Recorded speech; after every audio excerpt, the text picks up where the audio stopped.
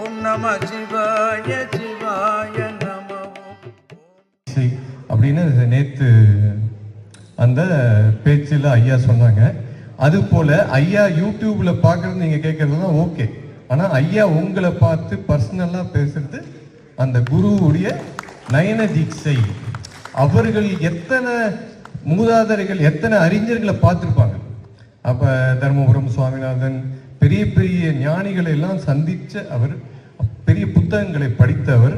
அந்த ஞானம் அதை அவர் நமக்கு பார்க்கும்போது அதை நம்ம ரிசீவ் பண்ணோம். அதுக்காக தான் ஐயா எல்லா ஊர்களுக்கும் போகிறார், எல்லா பக்தர்களையும் பார்க்கிறார். நன்றி. ஆரம்பிக்கலாங்க.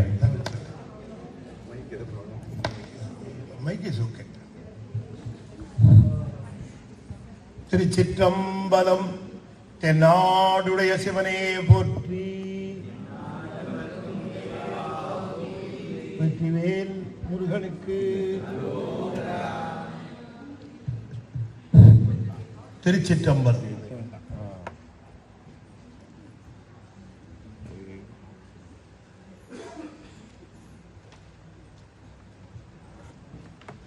நம்முடைய நால்வர் நன்னெறியருடைய தொடர்ந்த செய்திகளை சிந்திப்பதற்கு திருவருள் கூட்டியிருக்கிறது. இந்த சொற்பொழிவிலேயே ரொம்ப இன்ட்ரெஸ்டிங் பார்ட் எது அப்படின்னு கேட்டால் அந்த பிரேக்கு தான் இல்லையா? அது அப்படி நம்ம enjoyed the break. Let us all come back to our positions.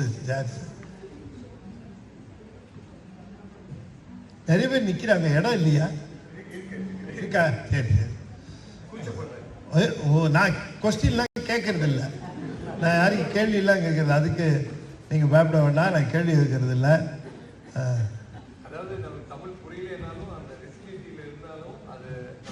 நமச்சிவாய நமச்சிவாய நமச்சிவாய.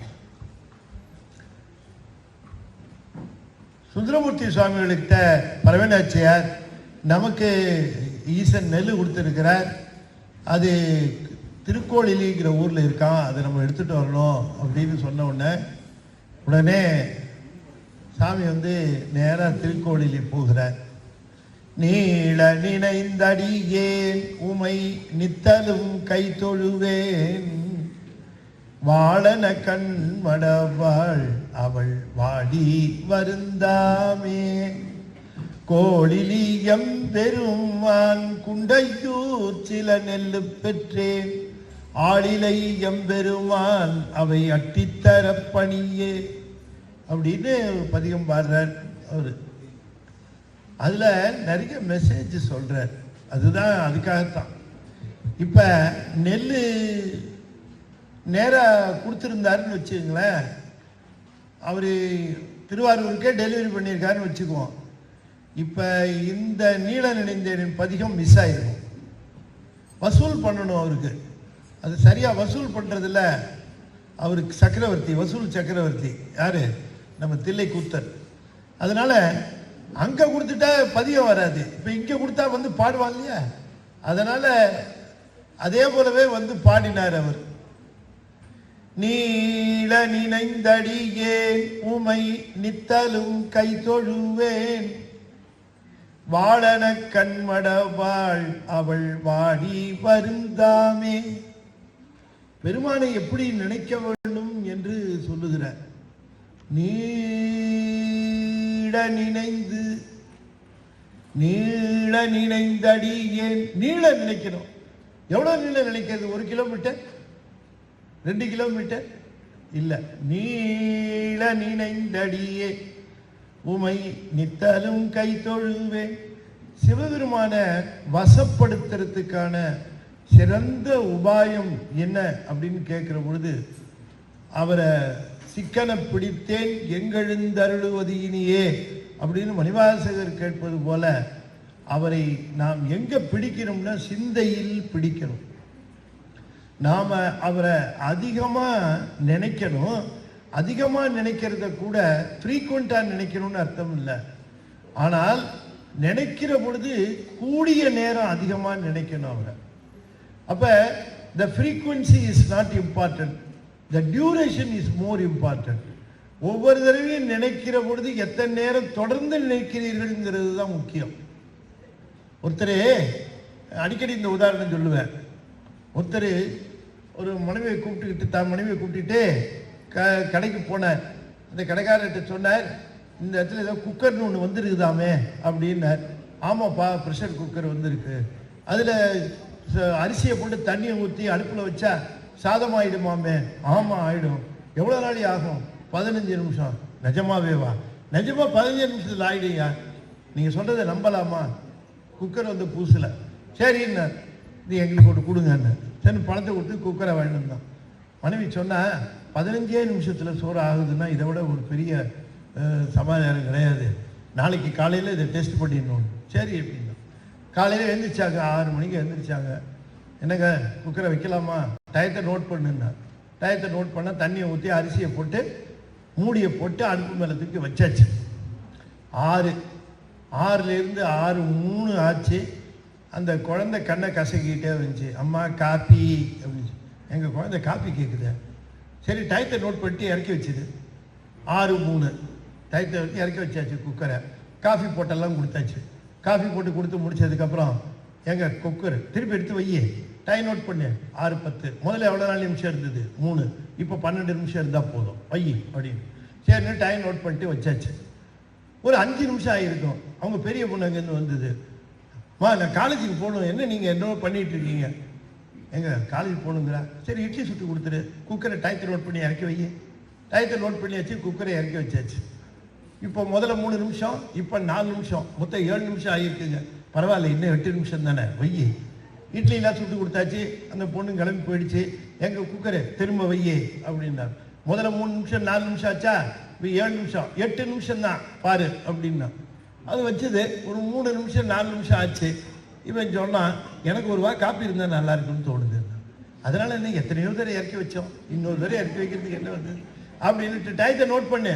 3, 4, 4 எவ்வளோ ஆச்சு? 3 நாள் 7 நாள் 11. இன்னொரு 4 நிமிஷம் இருந்தால் போதும், அவ்வளோதானே. இறக்கி வச்சிரு. இறக்கி வச்சு காப்பி போட்டு குடிச்சாச்சு. திரும்ப எடுத்து வச்சாச்சு. எடுத்து வச்ச உடனே அடுத்த 4 நிமிஷம். மொத்தம் முதல்ல எத்தனை ஆச்சு? 15 நிமிஷம் ஆயிடுச்சுங்க. முதல்ல 3, அப்புறம் 4, அப்புறம் 4, அப்புறம் 3. ஓ 15 நிமிஷம் ஆயிடுச்சா? 4 இறக்கி வை. இறக்கி வச்சு இப்போ மெதுவாக திறங்க. திறந்து உள்ளே பார்த்தா என்ன இருக்கும்? அரிசி முடிச்சு பார்த்துக்கிட்டு அடியே நம்மளை கடைக்காரன் ஏமாத்திட்டாங்க. 15 நிமிஷத்தில் அரிசி சாதம் ஆகுன்னு சொன்னா, இப்போ 15 நிமிஷம் வச்ச நமக்கு அரிசி அப்படியே இருக்குது. நம்மளை ஏமாத்திட்டான். எடு குக்கரை நேராக கடைக்கு ஓட்டணும். கடைக்காரங்க எப்போ திறப்பான்னு பார்த்துருந்தவன். திறந்த உடனே என்ன உன்ட்ட ஒரு குக்கர் வாங்கினேன். சரி சாதமே ஆகலை. என்ன எப்படி சொல்கிறேன்? நல்லா எல்லாரும் நல்லா இருக்குன்னு சொல்கிறாங்க. நீ சாதம் ஆகலை. நீ என்ன பண்ண? அரிசி போட்டேன், தண்ணி ஊற்றுனேன், அடுப்பு மேலே வச்சேன். அப்படியா? இருக்கணுமே. எத்தனை அடி வச்சேன்? 15 நிமிஷம் வச்சேன். இந்த மாதிரி கணக்கு எதுக்கு கணக்குன்னா, இந்த கணக்கு வச்சிருக்கேன் பாரியா. 3 நிமிஷம் 4 நிமிஷம் 4 என்னையா 3 4 தனித்தனியாக வருதுன்னு. இல்லை முதல் 3 நிமிஷம் வச்சேன், அதுக்கப்புறம் இட்லி சுட்டேன், அப்புறம் ஒரு 4 நிமிஷம் வச்சேன், அப்புறம் காப்பி போட்டேன். ஓஹோ, நீ குக்கர் வச்ச விதமா இதுன்னா. ஆமாம், குக்கரை எடுத்துட்டு ஓடிடு. இல்லைன்னா குக்கராலேயே அடிச்சு உள்ள கொண்டுடுவேன். ஏயா 15 நிமிஷம் வையின்னா தொடர்ந்து 15 நிமிஷம் வச்சா தாயா அது வேகம். நீ பிரேக் பண்ணி வச்சா எப்படி வேகம்? அது மாதிரி சிவபெருமானை நினைக்கிற பொழுது பிரேக் பண்ணி நினைச்சா இல்லை, தொடர்ந்து சிவபெருமானை நினைச்சா சிவபெருமானுடைய திருவுருள் நமக்கு நிச்சயமாக வந்து சேரும். தொடர்ச்சியாக நினைக்கணும். அதை உடனே செஞ்சிட முடியாது. கொஞ்சம் கொஞ்சமாக அவரை சிந்திக்கிற நேரம், சிந்தனையில் கொண்டு போய் மட்டும் நீங்கள் அவரை நிறுத்திட்டீங்கன்னா உங்களை யாராலையும் வெற்றி கொள்ள முடியாது. நம்மால் அது முடிகிறது இல்லை. நாம் கண்ணால் பார்க்குறோம், வாயால் பாடுறோம், எல்லாம் ரைட்டு. ஆனால் இங்கே நிறுத்துறோம். அப்படி கண்ணை மூடிட்டு ஒரு 2 நிமிஷமாவது நினைக்கிறதுக்கு நாம் அதை சொல்லுகிறார். நீள நினைந்தடியேன் உமை நித்தலும் கை தொழுவேன். சாமி உன்னை கும்பிடுறது தான் எனக்கு வேலை. அதுதான் நான் செஞ்சிட்டு இருக்கிறேன். இந்த கும்பிடுறது தான்ங்கிற வேலையை நான் செய்யறதுக்கு இடையூறா எனக்கே இந்த பிரச்சனை எல்லாம் கொடுக்குறேன். நீ நெல் கொடுக்கணும்னு நினைச்சேன்னா அதை நீ நேரம் கொண்டு கொடுக்கணும். இப்போ நான் அந்த வண்டியை ஏற்பாடு பண்ணுறதுக்கு நான் இங்கே வரணுமா? இப்போ டைம் வேஸ்ட் பண்ணணுமா? எனக்கு வேற வேலையெல்லாம் கொடுக்காது. இதைத்தான் நாமும் சாமிகிட்ட சொல்லணும். சாமி, நான் உன்னை கும்பிடணும், உன்னை வழிபாடு செய்யணும், தேவாரம் பாடணும், எனக்கு தடை இல்லாமல் பார்த்துக்க. அந்த தடை இந்த தடைன்னா நான் கும்பிட முடியலையே, பூஜை பண்ண முடியலையே, ஏன் எனக்கு இடையூறு ஏற்படுத்துற? இடையூறு ஏற்படுத்தாத அப்படின்னு சாமிகிட்ட நம்ம சொல்லணும். சாமிகிட்ட சொல்லி நான் உனக்கு பூஜை பண்ணணும், அதில் எந்த இடையூறு இருக்கக்கூடாது. வேணா மனைவியை ஊருக்கு அனுப்புறதுனால அனுப்பி வைய, ஆனாலும் நான் பூஜையை பத்திரமா பண்ணணும். நிஜமா நீள நினைந்தடியேன் உமை நித்தலும் கை தொழுவேன் வாழன கண்மடவாள் அவள் வாடி வருந்தாமே. அவள் வாடி வருந்தாம கோளிலியம் பெருமான் குண்டையூர் சில நெல்லு பெற்றேன். எவ்வளவு விஷமம் பாருங்களேன். சுந்தர தேவாரத்துல எவ்வளவு நெல் வாங்கியிருக்காரு. ஊர் முழுக்க நெல் வாங்கி விட்டாரு. அந்த நெல் எடுத்துட்டு வரதுக்கு முடியல, அதுக்கு ஆள் கொடுன்னு வந்து இவர் கேட்கிறாரு. அந்த நெல்லை என்ன சொல்றாரு? சில நெல்லுங்கிறார். குண்டையூர் சில நெல்லு பெற்றேன். தேவாரத்தில் இருக்கு. நானா சொல்ல முடியாது. ஓதுவார முன்னால வச்சுட்டு நான் சொந்தத்துக்கு பாட முடியாது. குண்டையூர் சில நெல்லு பெற்றேன் நீள நினைந்தடியேன் உமை நித்தலும் கை தொழுவேன் வாழன கண்மடவாள் அவள் வாடி வருந்தாமே. கோழிலியம் பெருமான் குண்டையூர் சில நெல்லு பெற்றேன் ஆளிலை எம்பெருமான் அவை அட்டித்தர பணிய. ஆள் இல்லப்பா, நீ அதை கொண்டு திருவாரூர்ல சேர்க்கறதுக்கு ஏற்பாடு பண்ணு. சரி, அதெல்லாம் கரெக்டு. சில நெல்லுங்கிறார். ஏன் சில நெல்லுன்னு சொன்னார்? அவ்வளவு நெல்லுன்னா, நீ இன்னைக்கு தான் நெல்லு கொடுத்துட்டு ரொம்ப கொடுத்த மாதிரி நினைச்சுக்காத. இத்தனை நாள் என் பசியை தீர்த்தவர் குண்டையூர் கிடாரு, அவர் கொஞ்சமா கொடுத்தாரு இல்ல, அவர் தான் தொடர்ந்து கொடுத்தார். தொடர்ந்து கொடுத்த குண்டையூர் கிடார் நெல்லை பார்க்கும்போது நீ இன்னைக்கு கொடுத்துருக்க நெல்லு சில நெல்லு தான். எப்படி இருக்கு? அடியார ஒரு படி மேல தூக்குனார் சிவபெருமானுக்கு மேல. அவர் கொடுத்த நெல் எனக்கு அவர் எத்தனை நாள் கொடுத்துட்டு இருந்தாரு, இன்னைக்கு நீ தானே கொடுத்துருக்கிற, இவ்வளவு நெல் கொடுத்துட்டு நிறைய கொடுத்த நினைச்சுக்காத. அவர் கொடுத்த நெல்லை கம்பேர் பண்ணும்போது உன் நெல்லு சில நெல்லுன்னார். குண்டையூர் சில நெல்லு பெற்றேன் ஆளிலை எம்பெருமான் அவை அட்டை தர பணியே. சாமி ஆள் ஏற்பாடு பண்ண நிறைய பூதங்களை கணங்களை ஏற்பாடு பண்ணி கொண்டு போய் திருவாரூர்ல கூட்டு. அது வந்து என்ன பண்ணிச்சு, இருந்து அள்ளி அள்ளி கொண்டு போய் இங்க இருக்கிறத அங்க அப்படியே வாரி அரைச்சிட்டு வந்துருச்சு. திருவாரூர் முழுக்க வீட்டு வாசப்படியில் ஒவ்வொருத்தர் வீட்டுல வெளியில வர முடியல, நெல் அவ்வளவு மலைமலையா கொண்டு. இது எப்படி எடுக்கிறது? பரவனாச்சியார் ஒரு அற்புதமான வேலை பண்ணாங்க. என்ன பண்ணாங்க, அவங்கவுங்க வீட்டு வாசல்ல இருக்கிற நெல் அவங்கவுங்களுக்குன்ட்டாங்க. கொஞ்ச நாளையில பார்த்தா ஒரு நெல்லையும் காணும், எல்லாம் டோட்டலா கிளியர்டு, எல்லாம் ஆளாலும் தூக்கி உள்ள எடுத்தாங்க. அந்த மாதிரி ஒரு மனசு பரவனாச்சியார். திருவாரூர் முதல்ல வராரு சுந்தரமூர்த்தி சாமி, முதல்ல வருகிறார். இந்த அடியார்கள் எல்லாம் நமக்கு காட்டுகிற நெறி தேவாரத்துல தான் இருக்கு. நீங்க தேவாரத்தை சரியா படிச்சீங்கன்னா தான், தேவாரத்தை ஆழமா படிச்சீங்கன்னா தான் எப்படி வழிபாடு செய்கிறது, அந்த வழிபாட்டில் நம்ம எப்படி. அவர் சொல்றாரு, இந்த தேவாரம் நெல் வாங்கிறதுக்காக ஆள் கொடுன்னு கேட்கிற தேவாரம். ஆனா அதுல சொல்றாரு, நீ சிவபெருமான நீள நினை, அப்பத்தான் நீ அவருடைய திருவுருளை பெறத்துக்கு வாய்ப்பு இருக்கு. நாம சிவபெருமானை எப்படி சிக்கன பிடித்தல், சிந்தையில பிடித்தல் தான். சிந்தையே கோயில் கொண்டாய் என்று திருப்பெருந்துறை உரை சிவனே என்று சொல்லுகிறார். அதனால நாம பெருமானை நினைக்கின்ற பொழுது எத்தனை நேரம் அதை அதிகமாக நினைக்க முடியும், நம்மால எவ்வளவு நேரம் தொடர்ந்து நினைக்க முடியும், அதுல நீங்க எக்ஸ்பர்டைஸ் அதை நீங்க இம்ப்ரூவ் பண்ணீங்கன்னு சொன்னா நிச்சயமா அந்த மாற்றத்தை நீங்க உணரலாம். அதனால நான் சொல்ல வேண்டிய அவசியமே கிடையாது. உங்களுக்குள்ள ஏற்படுகிற மாற்றம், சிவம் உள்ளுக்குள்ள ஏற்படுத்துகிற மாற்றம் அளவில்லாதது. அது இன்ன தன்மைன்னு சொல்ல முடியாது. நம்முடைய வாழ்க்கையில நமக்கு ரெண்டு தான் பெரிய விஷயங்கள் நம்மளை துன்புறுத்தி கொண்டிருப்பது. எல்லாருக்கும் மிகப்பெரிய ஒரு கோடீஸ்வரனாக இருந்தாலும் சரி, அல்லது மிக தாழ்ந்த ஏழையாக இருந்தாலும் சரி, ரெண்டு விஷயம் தான் நம்முடைய வாழ்க்கையில. நம்ம ஒண்ணு அச்சம், இன்னொன்று கவலை. இந்த அச்சமும் கவலையும் என்று சொல்லக்கூடிய இரண்டு தான் நம்முடைய வாழ்க்கையில நம்மையும் அறியாமல் நம்மை பல்வேறு துன்பங்களுக்கும் பிணிகளுக்கும் ஆட்படுத்துகிறது. இந்த அச்சமும் கவலையும் எப்படி போகும்? யாரால நீக்க முடியும் இந்த அச்சத்தையும் கவலையும்? நீங்க நினைத்து பாருங்க. நிறைய நான் உங்களுக்கு சொல்லணும்னு இல்லை, உங்களுக்கெல்லாம் அந்த டேட்டா தெரியும். சென்னையில் ஒரு 15-20 வருஷங்களுக்கு முன்பாக, ஒரு 20-25 வருஷத்துக்கு முன்னாடி 2 சைக்கியாட்ரிஸ்ட் தான், 2 சைக்கியாட்ரிஸ்ட் தான் இருந்தாங்க. இன்னைக்கு 2500 பேர் இருக்கிறாங்க சைக்கியாட்ரிஸ்ட் டாக்டர். 2500 பேர் ஃப்ளவரிஷிங்.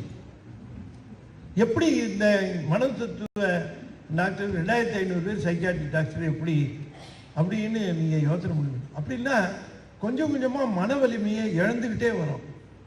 நம்ம குழந்தைங்களுக்கு என்ன ஊற்றுன்னு நினைக்கிறோம்? அவங்களுடைய உடல் பலம் நல்லா இருக்கணும்னு நினைக்கிறோம். காம்ப்ளான் வாங்கி கொடுக்குறோம், பூஸ்ட் வாங்கி கொடுக்குறோம், ஹார்லிக்ஸ் எல்லாமே கொடுக்குறோம். உடலை நல்ல பலமாக வச்சுக்கணும்னு எதிர்பார்க்குறோம். குட். அடுத்தது இந்த குழந்தைங்களுக்கெல்லாம் அறிவு பலம் அதிகமாக இருக்கணும், ஐக்கியூ அதிகமாக இருக்கணும்னு நினைக்கிறோம். அதுங்களுக்கு சிஸ்டம் வாங்கி கொடுக்குறோம், வேறு என்ன கம்ப்யூட்டர் வாங்கி கொடுக்குறோம், என்னென்னலாம் அவங்களுக்கு தேவையோ அதெல்லாம் செய்து ஐக்கியூவில் அவங்க எக்ஸ்போஷர் நிறைய என்ன பண்ணுமோ அதெல்லாம் செய்தோம். ரேட்டு வாஸ்தவம் தான். உடல் வலிமை, அறிவு வலிமை, இந்த ரெண்டையும் தாண்டி மூணாவதாக ஒன்று இருக்குது, அதுதான் மன வலிமை. இந்த மன வலிமை என்று ஒன்று சொல்லக்கூடியது இருக்க, அந்த மன வலிமையை தருவது தேவாரம் திருவாசகம் தருவது போல வேற எந்த மருந்தும் மன வலிமையை தராது. தேவாரம் திருவாசகம் படிக்கிறவர்கள் எனக்கு தெரிஞ்சு சைக்காட்ரிஸ்ட் டாக்டர் போக வேண்டிய அவசியமே கிடையாது. ஒரு சைக்காட்ரிஸ்ட் டாக்டர் ஒரு சைக்காட்ரிஸ்ட் ஆஸ்பத்திரியை ஒருத்தர் தாண்டி போயிட்டே இருப்பாராம். ஒரு ஆஃபீஸில் பார்ப்பாராம். அந்த ஆஸ்பத்திரியை பார்க்கும் போதெல்லாம் நினைப்பாராம், இங்கே போய் அவரை இந்த டாக்டர் சீஃப் டாக்டர் ஒரு நாள் பார்க்கணும்னு நினைப்பாராங்க. ஆனால் வேலை பழுவில் போயிடுவார் நேரம்.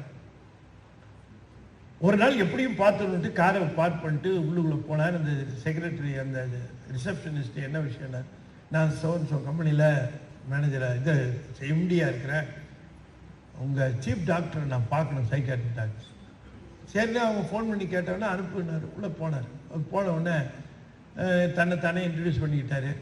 சரி, என்ன விஷயமா பார்க்க வந்தீங்க? இல்லை, நீங்கள் பெரிய மனத்தத்துவ டாக்டர், சைக்காட்ரிக் டாக்டர், நீங்கள் உங்களுக்கு வர பேஷண்ட்டு மனநிலை சரியில்லைன்னு நீங்கள் எப்படி கண்டுபிடிப்பீங்க? அது தெரிஞ்சுக்கணும்னு எனக்கு ஆர்வம் அப்படின்னாரு.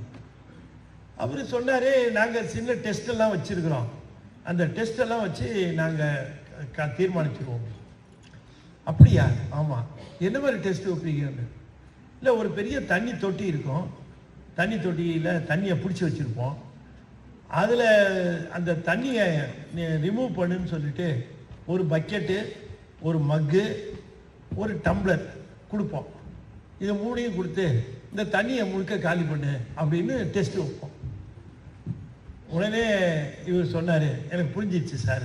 என்னன்னு, அதாவது இந்த வாளியை யூஸ் பண்ணாமல் டம்ளரையும் மக்கையும் யூஸ் பண்ணி தண்ணியை எடுத்து கொண்டு போய் கொட்டி அந்த தொட்டியை காலி பண்ணுறவன் சரியான மனநிலை இல்லை. டக்குன்னு உடனே வாளியை எடுத்து தண்ணியை எடுத்து முண்டு வெளியில் கொட்டி அந்த தொட்டியை காலி பண்ணுறவன் தான் நல்ல மனநிலை இருக்கிறவன் கண்டுபிடிச்சிருவீங்க. அப்படிதான் என்ன அவர் சொன்னார். அப்படி இல்லை, இந்த மூணையும் பயன்படுத்தாமல் தொட்டிக்கு கீழே ஒரு பிளக் இருக்கு, அதை பிடுங்கினோம்னா தண்ணியெல்லாம் வெளில போடும், அதை வச்சு தான் கண்டுபிடிப்போம்னு சொல்லிட்டு சொன்னார். நீங்கள் கூட வேணா ஜாயின் பண்ணிக்கலாம். ஜன்னல் ஓரம் ஒரு ரூம் இருக்கு காலியா. ஏன்னா இவரே ஆன்சர் பண்ணல. அது மாதிரி இந்த மனநிலைங்கிறது என்ன அப்படின்னு கேட்டீங்கன்னா, எனக்கு தலைவலி வயிற்று வலி இருந்தா எய்தாப்புல இருக்கவங்களுக்கு தெரியாது, எனக்கு தான் தெரியும். தலையை வலிக்குதுன்னு சொன்னா எங்க தெரியவே இல்லையே அப்படின்னு நம்ம சொல்ல முடியுமா? அவனுக்கு இருக்கிறவனுக்கு தான் தலைவலி வயிற்று வலி தெரியும். எனவே நோய் இருக்கிறவனுக்கு தான் அந்த நோய் தெரியுமே தவிர எய்தாப்புல இருக்கவனுக்கு தெரியாது. ஆனா மனநோய் எப்படி தெரியுங்களா? இருக்கிறவனுக்கு தெரியாது, எய்தாப்புல இருக்கிறவனுக்கு தான் தெரியும். என்ன ஒரு மாதிரி இருக்கானு அப்படின்னு அவன் சொல்லுவானா, நல்லா தானே இருக்கேம்மா. இது ரொம்ப பெரிய பிரச்சனை. ஆகையினால இந்த மனம் என்று சொல்லக்கூடிய ரொம்ப நுட்பமான கருவி. இன்னும் இது ஆய்ந்து இன்னும் சரியாக கண்டுபிடிக்கல. எனக்கு தெரிஞ்ச வரைக்கும் டாக்டர்ஸே மனத்துக்கு அவங்க ட்ரீட்மெண்ட் கொடுக்கறது எங்கே கொடுக்குறாங்கன்னா பிரெயினை சாந்தப்படுத்துகிறாங்க, பிரெயினுக்கு தூக்கம் ஜாஸ்தி கொடுக்குறாங்க, அப்படித்தான் பண்ணுறாங்களே தவிர மனம்னு நுட்பமாக ஒரு கருவி இருக்குன்றத டாக்டர்ஸ் பிரெயின் தான் இருக்குது, மனங்கிற கருவி உள்ளுக்குள்ளே எங்கே இருக்குன்னு கேட்பாங்க அவங்க. ஆனால் சைவ சித்தாந்தம் மனத்தை தான் பேசுது. மனம் ரொம்ப நுட்பமான கருவி. அது அந்த கருவி வலுப்படுத்தணும் குழந்தைங்களுக்கு. அந்த கருவி சேலஞ்சஸை எதிர்கொள்ளணும். ஒரு சின்ன விஷயம் நடந்தா கூட அதுல அப்செட் ஆகி அதுல அப்படியே எல்லாமே உலகமே போயிடுச்சுன்னு நிக்கிறது. ஏன்னா மன வலிமை இல்லாத காரணத்தினால. அந்த மன வலிமையா இருந்தால்தான் எவ்வளவு பெரிய சேலஞ்சா இருந்தாலும் எதிர்த்து நிற்க முடியும். அப்படிப்பட்ட மன வலிமை வரதுக்கு என்ன செய்யணும்? திருமுறை பாடல்களை குழந்தைகளுக்கு அது டைம் வேஸ்ட்னு நினைக்க கூடாது. அந்த குழந்தைகளுக்கு ரெகுலரா திருமுறை பாடல்களை பாட சொல்லி கொடுத்து ஒவ்வொரு நாளும் நீ எங்க போனாலும் சரி சாமிக்கு முன்னால நின்று இந்த 2 தேவாரத்தை பாடு, ஒரு திருவாசகத்தை பாடுன்னு சொல்லி நாம பயிற்றுக்கிட்டே வந்தோம்னா இந்த பயிற்சியில அது தேவாரம் திருவாசகத்தை கையில எடுத்துருச்சுன்னா எந்த காலத்திலையும் எந்த சூழ்நிலையிலும் எந்த சேலஞ்சு வந்தாலும் அந்த குழந்தை அதை சந்திச்சு வெற்றி கொள்ளும். அதுதான். அதனால தான் திருஞான சம்பந்தர் 3800 பாட்டு பாடியிருக்காரு. 4000 பாட்டு கிட்டத்தட்ட. அப்பர் சுவாமி ஒரு 4000 பாட்டு பாடியிருக்காரு. சுந்தரர் 1000 பாட்டு பாடியிருக்காரு. மணிவாசகர் 680 பாட்டு பாடியிருக்காரு. மொத்தம் திருமுறையில 18,424 பாட்டு அப்படின்னு ஒரு டேட்டா. 18,424 பாட்டு இந்த 12 திருமுறையிலையும் இருக்கிற பாட்டு.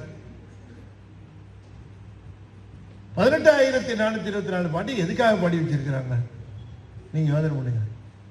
அதுதான் நமக்கு ஆயுதம். அப்ப நால்வர் காட்டும் நன்னெறின்னு சொல்லும் போதே என்ன சொல்லணும்னா, நீ இறை வழிபாடு செய்யணும்னா நீ தேவாரம் திருவாசகத்தை பாடி செய்ய. அங்க போய் நில்லு, பெருமானுக்கு முன்னால நில்லு. நீ அங்க போய் நின்று பெருமானை பார்த்து முன்னால நின்று அம்மா ஏ அப்பா ஒப்பிலாமணியே அன்பினில் விளைந்த அறமுதே பொய்மையே பெருக்கி பொழுதினை சுருக்கும் புழுத்தலை புலையனேன் தனக்கு செம்மையே ஆய சிவபதம் அளித்த செல்வமே சிவபெருமானே இம்மையே உன்னை சிக்கன பிடித்தேன் எங்கெழுந்தருளுவது இனிய. நீங்க பாடினீங்கன்னு வச்சுக்கீங்க, டக்குன்னு சாமி எட்டி பார்ப்பாரு, யாரும் தேவ திருவாசகம் பாடுறோம் அப்படின்னு டக்குன்னு நீங்க அப்ளிகேஷன் கொடுத்துடணும். அப்படித்தான் அவரை கவர் பண்ண முடியுமே தவிர இந்த திருமுறைகளுக்கு அவர் செவி சாய்ப்பார். அதனாலதான் திருமுறைகளை செவி சார்த்துதல்னே பேரு. விண்ணப்பம் செவி சார்த்தல் அப்படின்னு பேரு சாமிக்கு.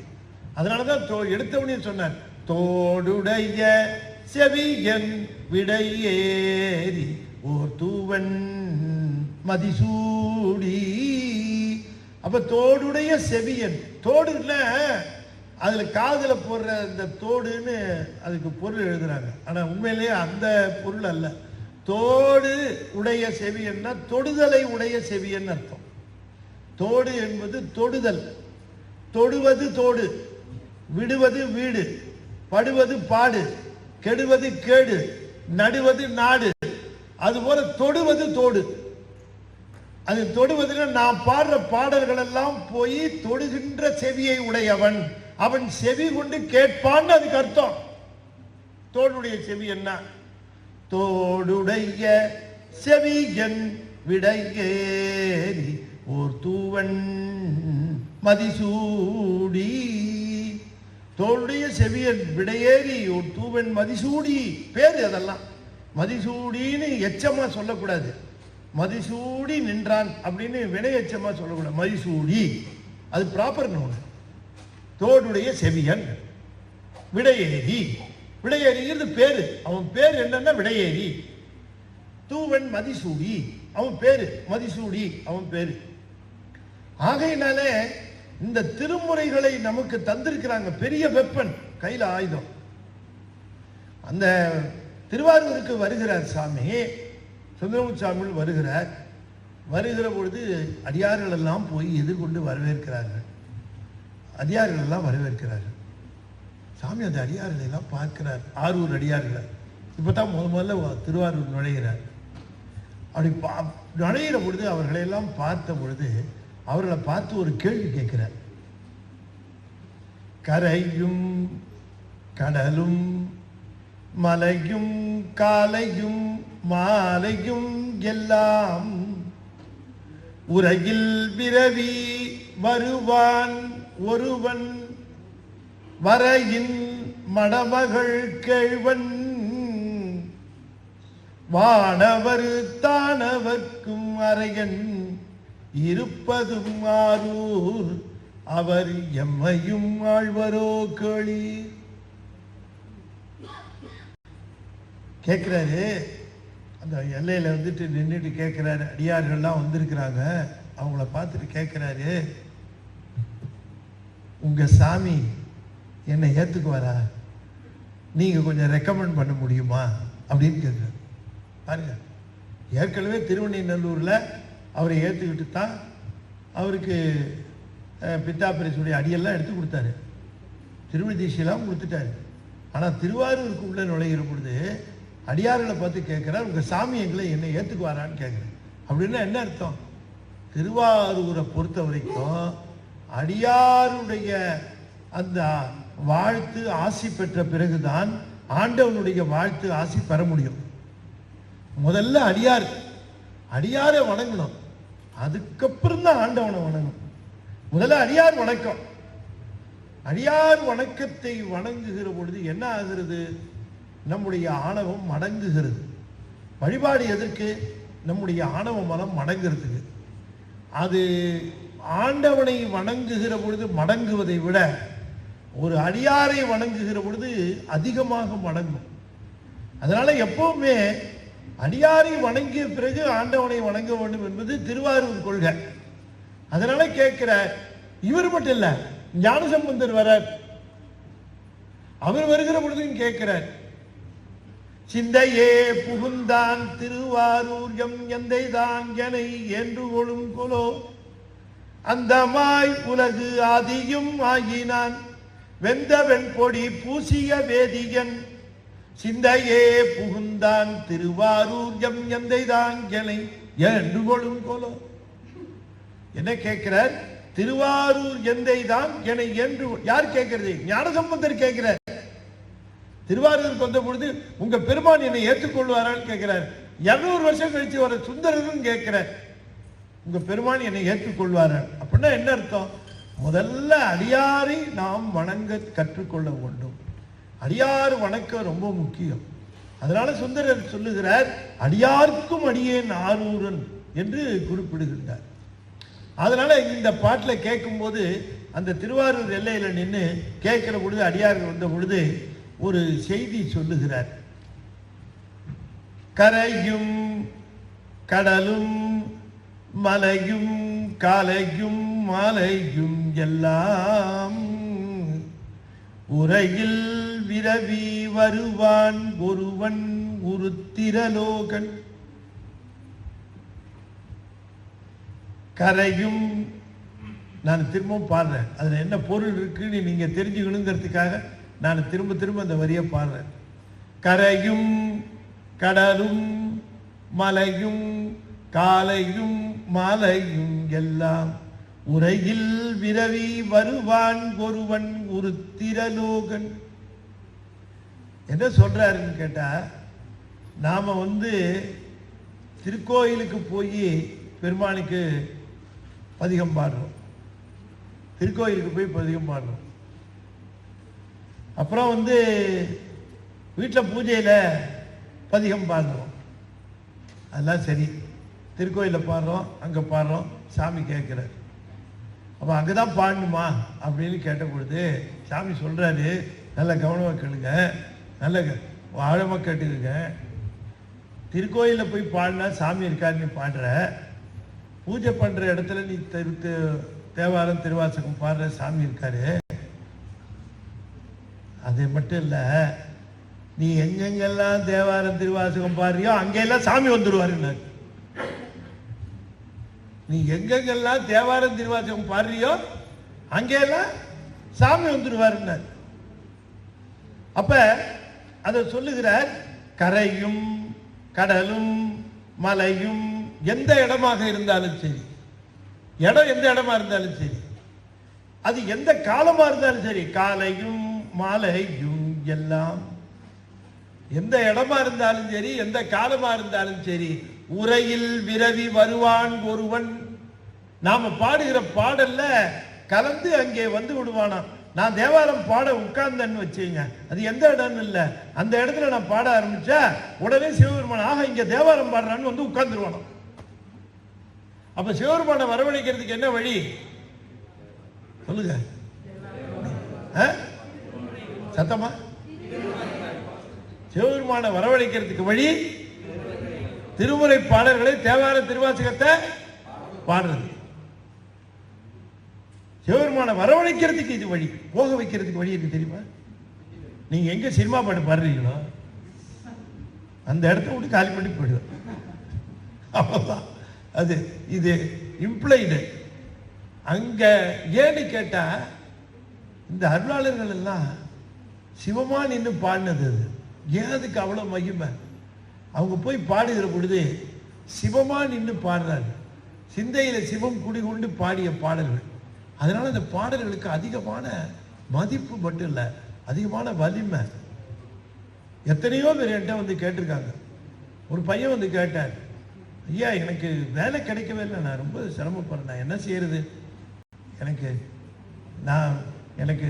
எல்லாம் சாமி சாமிங்கிறாங்க, எந்த சாமியும் எனக்கு உதவ மாட்டேங்க, நான் என்ன பண்ணுறதுன்னு. இது பாரு, பெரிய புராணத்தில் முதல் பாட்டில் ஆரம்பித்து நீ பாட்டு படிச்சுக்கிட்டே வா, எதிர்பார்க்காது, சாமியை நினச்சிக்க, பெரிய புராணத்தை படிக்கல.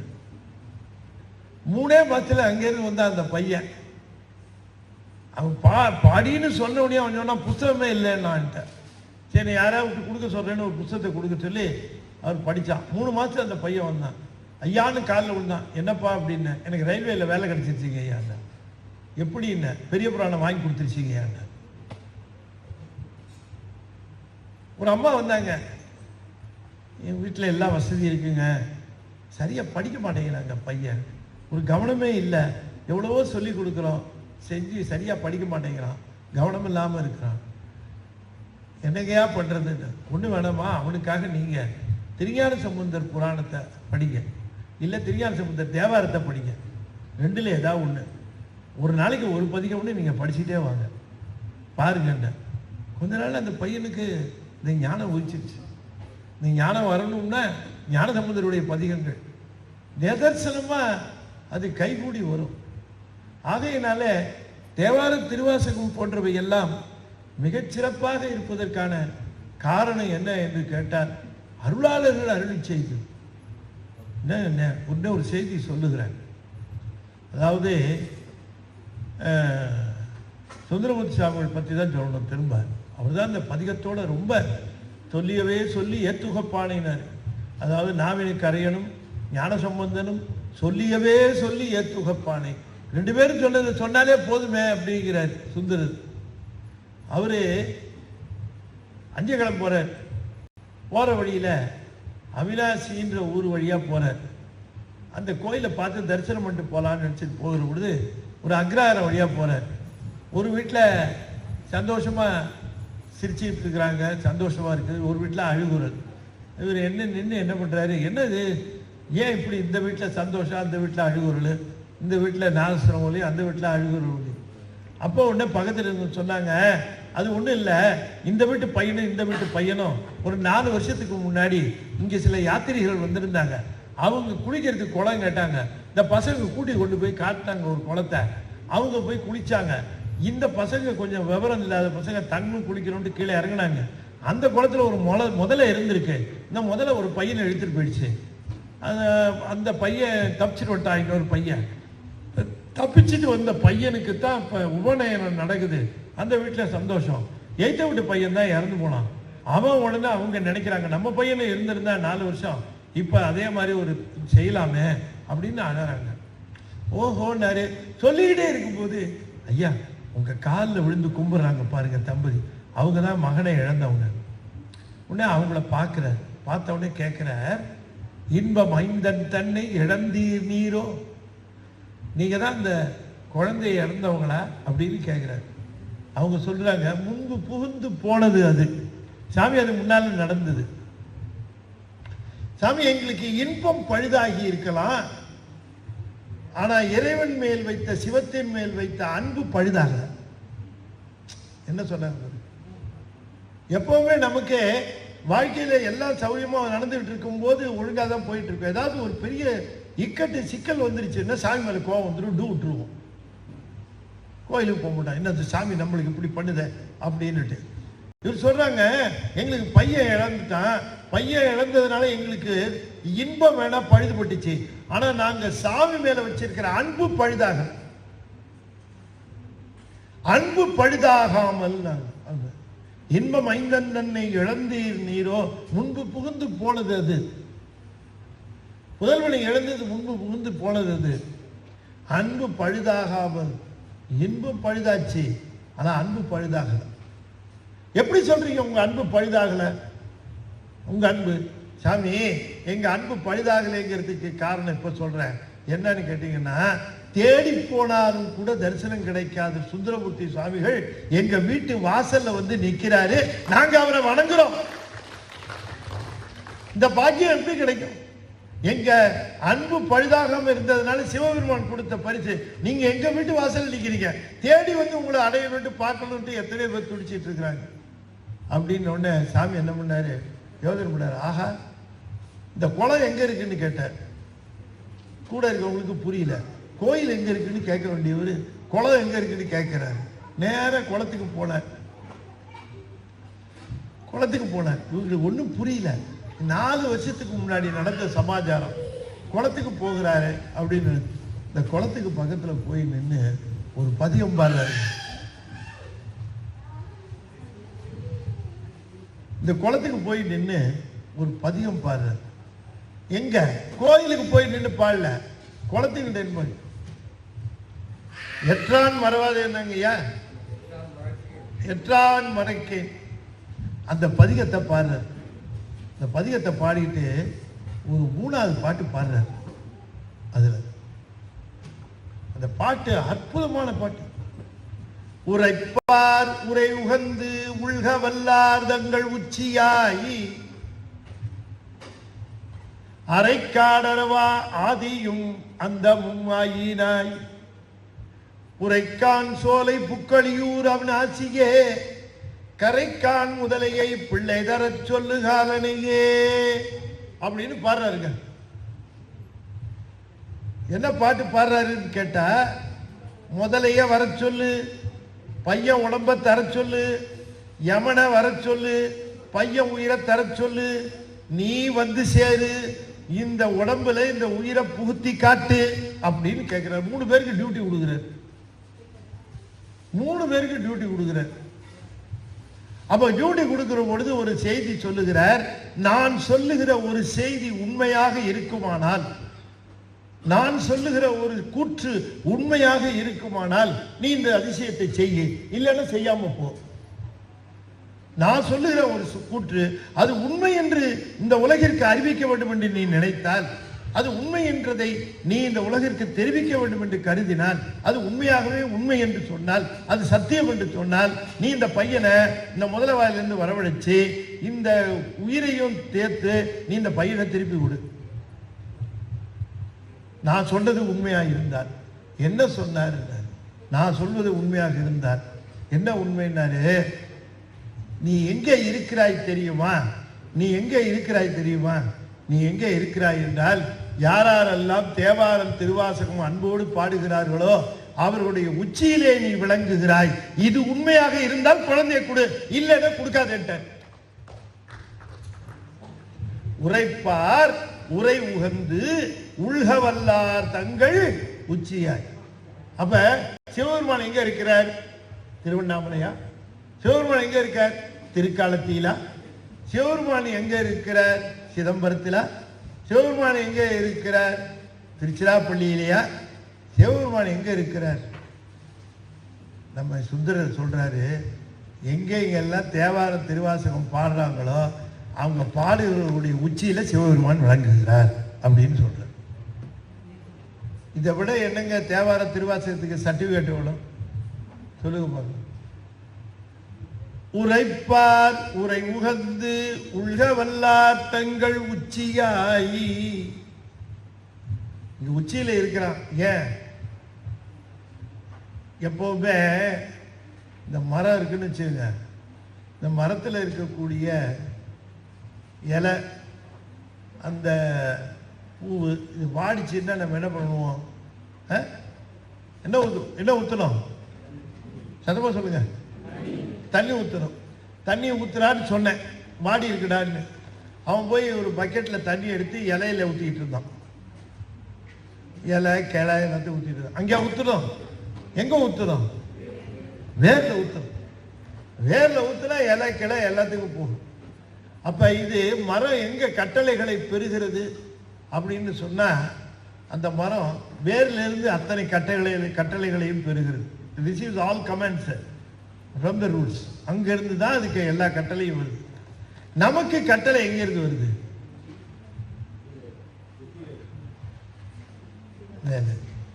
எங்க வீட்டம்மா கிட்ட இருந்துன்னு சொல்லாதீங்க. நமக்கு கட்டளை எங்க இருந்து வருது? உச்சியில் இருக்குது. இந்த இடத்துல இதான் அறிவு இருக்கிற இடம். இங்க இருந்து வருது கட்டளை, இந்த கட்டளை. அதனால நம்மளை என்ன சொல்லுவார் திருமூல? தலைகீழ் மரம்பர். நமக்கு என்ன பேரு? தலைகீழ் மரம். நம்ம மரம் தான் தலைகீழ இருப்போம். கந்தபுராணத்துல கடைசியில சூரபத்மன் போய் கடல்ல நிற்பான் மாமரமா. எப்படி? தலைகீழ் மரமா தான் நிற்பான். நம்ம தலைகீழாக தான் இருக்கும். அதனாலதான் இப்ப கூட பாருங்க, கொஞ்சம் அப்படி இப்படி நடந்தா சொல்லுவோம் தலைகீழா நடக்கிறான் சார் அப்படி. தலைகீழ் மரம்னு பேர். அப்ப நமக்கு கட்டளை எங்க இருந்து பிறக்குது? உச்சியில இருந்து பிறக்குது. அப்ப உச்சியில இருந்து பிறக்கிற கட்டளைகளுக்கு இணங்கிட்டு இருப்போம். ஆனா அருளாளர்கள் என்ன பண்ணுவாங்க? அந்த உச்சியில சிவபெருமானை ஏத்துக்குவாங்க. அப்ப சிவபெருமான் அந்த உச்சியில இருக்கக்கூடிய இந்த கட்டளை பிறப்பிக்கிற இடத்துல அவருடைய பாதம் படிஞ்சிடும். படிஞ்சதுன்னா அவரு இந்த அடியார்கள் என்ன நினைக்கிறாங்களோ அதை உடனே செய்து கொடுத்துருவார். அதனால சொல்றார், நான் வாய் திறந்து எனக்கு என்ன வேணும்னு உனக்கு சொல்லணுமா? 2 பாட்டு பாடிட்டேன், ஒன்னும் செஞ்சது பாட்டை காணும். அடியார்கள் என்ன நினைக்கிறாங்களோ அதை அப்படியே செஞ்சு கொடுக்கறதுக்கு தாங்க நீங்க உட்கார்ந்து இருக்கிற.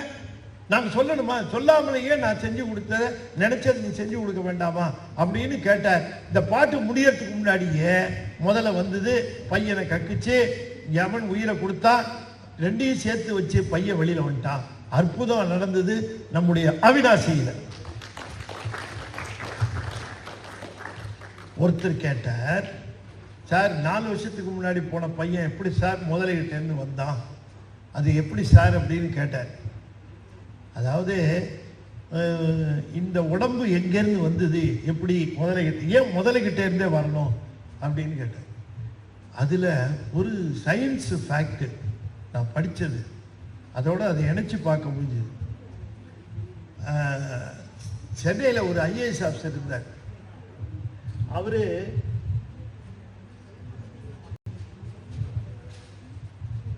அமெரிக்காவுக்கு ஏதோ ஒரு மாநாடுக்கு போனார். போன இடத்துல என்ன பண்ணியிருக்க, ஒரு டிண்டு ஃபுட்டு, மாட்டு இறைச்சி அதை சாப்பிட்ருக்கார் சமைச்சு, டிண்டு ஃபுட்டு. அதில் அவருக்கு உடம்பு சரியில்லாமல் போயிடுச்சு. ரொம்ப சீரியஸாக போயிட்டார். ஆஸ்பத்திரியில் போட்டு எல்லாம் ட்ரீட் பண்ணாங்க. அப்போ உடனே அவர் ஒய்ஃபு ஊர்லேருந்து வரவழைச்சாங்க. அந்த அம்மையாரும் வந்தாங்க. ஒரு மாதிரி டாக்டருங்கெல்லாம் காப்பாற்றிட்டாங்க. இந்த அம்மையார் இந்த ஹிந்துவில் வந்துருந்தது. இந்த அம்மையார் அந்த டாக்டர்கிட்ட கேட்டாங்க, என் கணவர் வந்து அவுட் ஆஃப் டேஞ்சரா, அவர் வந்து ஆபத்துலேருந்து வெளிவந்துட்டாரா அப்படின்னு கேட்டாங்க. அதுக்கு அவர் சொன்னார், இந்த டாக்டருங்க, மாமிசத்தை சாப்பிடும்போது அந்த மாமிசத்தினுடைய கூறுகள் ஒரு மனிதனுடைய உடலில் 35 வருடம் இருக்குன்னார். மாட்டு இறைச்சி அவர் சாப்பிட்டுக்கிறது அது 35 வருஷம் அவர்கிட்ட இருக்கு. எப்போ வேணால் அது ஆபத்து வரும், அதனால ஜாக்கிரதையாக பார்த்துக்கங்க. அப்போ முதல்ல வயிற்றுக்குள்ள 4 வருஷத்துக்கு முன்னாடி சாப்பிட்ட அந்த பையனுடைய திசுக்கள் இருந்திருக்கும். அதை வச்சு அந்த உடம்பை சிவபெருமான் வெளியில் கொண்டு வந்தார் என்பதில் எந்த விதமான ஐயத்திற்கு இடமில்லை. அங்கு கொண்டு வந்தார், யமன்கிட்டேருந்து உயிரை எடுத்தார். இது இந்த உயிரையும் உடம்பையும் சேர்த்து வச்சது சிவபெருமான் தான். அது ஒன்று தான் அவரால். நாம் இந்த உயிர் ஒரு உடம்புக்குள்ளே தானாக போகாது, உடம்பும் உயிரை தானாக பிடிக்காது. இந்த உயிரையும் உடம்பையும் இணைத்தவன் சிவபெருமான் தான். இன்ன கருவுக்குள்ளே இந்த உயிர் போக வேண்டும் என்று சங்கல்பிக்கின்றான். அந்த உயிர் அந்த கருவுக்குள்ளே போகிறது. அதனால தான் பெருமான் நம் உயிருக்கு உயிராக இருக்கிறான். ஆகையினாலே நம்முடைய திருமுறை பாடல்கள், திருமுறை தேவாரம், திருவாசகம் உள்ளிட்ட அத்தனை நூல்களையும் நமக்கு காட்டுகிற நெறி என்ன என்று கேட்டால், பெருமானை மகிழ்விப்பதும் பெருமானுடைய திருவருளை பெறுவதற்குமான சிறந்த சாதனமாக வழங்குவது இந்த பாடல்கள் தான். எனவே வழிபாட்டிலே நீங்கள் எதை வேண்டுமானாலும் செய்யுங்கள், சேர்த்து கொள்ளுங்கள், குறைத்து கொள்ளுங்கள், எதை வேணால் செய்யலாம். ஆனால் நீங்கள் உங்கள் வழிபாட்டில் திருமுறை பாடல்களை, தேவாரம், திருவாசகம், பெரிய புராணம் போன்ற திருமுறை பாடல்களை நீங்கள் ஓதினால், முருகனுக்கு முன்பாக திருப்புகழை ஓதினால், உங்கள் வாழ்வில் நிச்சயமாக மாற்றத்தை நீங்கள் கண்கூடாக பார்க்கலாம். அந்த பாடல்களுக்கு அவ்வளவு வலிமை இருக்கிறது. ஏனென்று சொன்னால் அவர்களெல்லாம் அந்த பாடல்களை சிவமாக நின்று பாடினார்கள். மானுடர்களாக நின்று பாடவில்லை, சிவமாக நின்று பாடினார்கள். ஆகவே இந்த பாடல்கள் இந்த அளவிற்கு சிறப்புடையதாகவும் விளங்கும். மேலும் அந்த பாடல்களுக்கு ஒரு பெரிய சிறப்பை சொல்லி நான் நிறைவு செய்கிறேன். ஒரு நண்பர் வீட்டுக்கு போயிருந்தேன். அவர் ஐயா வாங்க அப்படின்னு கூப்பிட்டு உட்கார வச்சார். உட்கார்ந்து பார்க்கும்போது தான் பார்த்தேன், இவர் உட்கார்ந்துருந்த இடத்துல ஒரு திண்ணையில் உட்கார்ந்துருக்கிறார். ஒரு தூண் இருந்தது. அந்த தூணில் ஒரு குரங்கை கட்டி வச்சிருந்தார். என்னடா குரங்கு கட்டி வச்சிருக்கிறாருன்னு பார்த்தேன். எல்லாரும் சில பேர் நாய் வளர்ப்பாங்க, சில பேர் பூனை வளர்ப்பாங்க. ஓ, இவர் குரங்கு வளர்க்குறாரு போல இருக்கு அப்படின்னு நினச்சேன். ஆனால் கட்டி வச்சிருந்தார். அப்புறம் என்னை பார்த்துட்டு ஐயா எப்படி இருக்கிறீங்க, வெளிநாடெல்லாம் போறீங்க போல இருக்கேன் அப்படின்னார். ஆமாங்க ஐயான்னு பேசிக்கிட்டே இருக்கும்போது ஒரு பெரிய பிரம்பு வச்சிருந்தார். அந்த பிரம்பை எடுத்து அந்த குரங்கு தலையில லொட் அப்படின்னு அடிச்சார். அடிச்சுட்டு திரும்ப வச்சுட்டு இதை புத்தகமெல்லாம் எழுதியிருக்கீங்களாமே அப்படின்னார். ஆமாம். ஞானத்திரல் எப்படி போயிட்டு இருக்கு? ஆசிரியராக இருக்கிறேன், நல்லா சிறப்பாக போயிட்டு இருக்குது அப்படின்னு பிரம்பை எடுத்து டொக்குன்னு அடிச்சு திரும்ப வச்சார். எனக்கு பாவமாக இருந்தது. அந்த குரங்கு சும்மான்னு இருக்கு, அது தலையில் லொட்டுன்னு அடிச்சுட்டு இருக்கிறாரு அப்படின்னுட்டு நான் என்னை ஏதோ ஒரு கேட்டேன். ஐயா நான் ஒரு விஷயம் சொல்கிறேன், கோச்சிக்க மாட்டேங்கிறேன். என்னன்னு, நம்ம 2 பேரும் பேசிட்டு இருக்கோம். குரங்கு தேமைன்னு பாவமாக இருக்கு, அது தலையில் எதுக்கு லொட்டுன்னு அடிக்கிறீங்க அப்படின்னு. குரங்கு பாவம்னா சொல்கிறீங்க என்ன? ஆமாண்ணா. என்ன பெரம்பு எடுத்து இப்படி வச்சுட்டார். குரங்கு கைத்தை அவுத்து விட்டு திரும்ப பேச ஆரம்பித்தார். நானும் எனக்கு சரி குரங்கை விடுவிச்சிட்டோம் ஒரு திருப்தி. பேசிக்கிட்டே இருந்த மாதிரி கொஞ்ச நாளையில் குரங்கு அப்படியே மெதுவாக நவுந்து என் பக்கத்தில் இருந்து உட்கார்ந்து. சரி நம்ம தான் அவுத்து விட சொன்னோங்கிறதுனால நம்ம மேலே ஒரு பாசம் போல இருக்கு அதுக்கு, அதனால உட்காருதுன்னு நினச்சேன். பேசிக்கிட்டே இருக்கும்போது திடீர்னு ஏறி மடியில் உட்காந்துருச்சு. என்னடா மடியில் உட்காருது, சரி ஓனர் இங்கே தானே இருக்கிறாரு, நம்ம ஏதாவது நடவடிக்கை எடுப்பாருன்னு நினச்சிட்டு அவர்கிட்ட பேசலாம், பாதி குரங்கு மேலேயே இருக்கு. கொஞ்ச நாள் கழிச்சு என்ன பண்ணிச்சு, மெதுவாக ஏறி தோல் மேலே ஏறி உட்காந்துருச்சு. தோல் மேலே ஏறி உட்கார்ந்த உடனே என்னடா ஒன்றும் கண்டுக்காதபடி இருக்கிறாரு, இது தோல் மேலே ஏறி உட்கார்ந்துட்டு இருக்குதே அப்படின்னுட்டு இந்த குரங்கை பார்க்குறேன், அவரை பார்க்குறேன். அவர் சீரியஸாக எதையோ பேசிட்டு இருக்காரு திருவாசகத்தை பற்றி. நான் என்ன சொல்றதுன்னு தெரியல. கொஞ்ச நாள் கழிச்சு முடியெல்லாம் பிக்க ஆரம்பிச்சிருச்சு. இப்படி எனக்கு பொறுமை போயிடுச்சு. என்னங்க நீங்க பார்த்துக்கிட்டே இருக்கீங்க அப்படின்னு உடனே அவர் சொன்ன, நீங்க தான் குரங்கு பாவம் நீங்க அப்படின்னார். இப்போ பாருங்க அப்படின்ட்டு இந்த பெரம்பு போட்டார். பிறகு அதை எடுத்தார், கிருகிருன்னு இறங்கி அங்கே போய் உட்காந்துருச்சு. டக்குன்னு அதை கட்டினார். அவர் சொன்னார், குரங்கு சும்மா இருக்கேன்னு நாம சும்மா இருக்கக்கூடாது, அது சும்மா இருந்தாலும் அது தலையில லொட்டுன்னு போட்டுக்கிட்டே இருக்கும், அப்பதான் அது பேசாம இருக்கும். இந்த மனசு இருக்கு பாருங்க, அது குரங்கு, அது சும்மா இருக்கேன்னு விட்டுறக்கூடாது. தினம் தேவார திருவாசகம் பாடி அது தலையில லொட்டுன்னு அடிச்சுக்கிட்டே இருந்தா அது பேசாம இருக்கும். இல்ல நம்மளை எவ்வளவு பெரிய ஆபத்துல கொண்டு விடுமோ அவ்வளத்துல விட்டுடும். அந்த மாதிரியான ஒரு மனதை கட்டுப்படுத்தக்கூடிய செலுத்தக்கூடிய வலிமை திருமுறைகளுக்கு இருக்கிறது. அதனாலதான் வழிபாட்டில் பாடினா சிவபெருமானுடைய அருளை பெற்று தருங்கிறது. நம்முடைய மனதை வலிமையுடையதாக வைத்திருக்கோம். அதனாலதான் நான் முதலையும் சொன்னேன், குழந்தைகளுக்கு கூட மன வலிமை தருவது திருமுறை பாடல்கள் என்று சொல்லி நம்முடைய 4 நன்னெறி நாம் வழிபாட்டிலே தேவாரம், திருவாசகம், பெரிய புராணம் உள்ளிட்ட பாடல்களை பாடி வழிபாட்டை செய்ய வேண்டும். அதுதான் நால்வர் நன்னெறி என்று சொல்லி வாய்ப்புக்கு நன்றி கூறி இந்த அளவிலே நிறைவு செய்கின்றேன். நன்றி, வணக்கம். திருச்சிக் கொண்டேன்.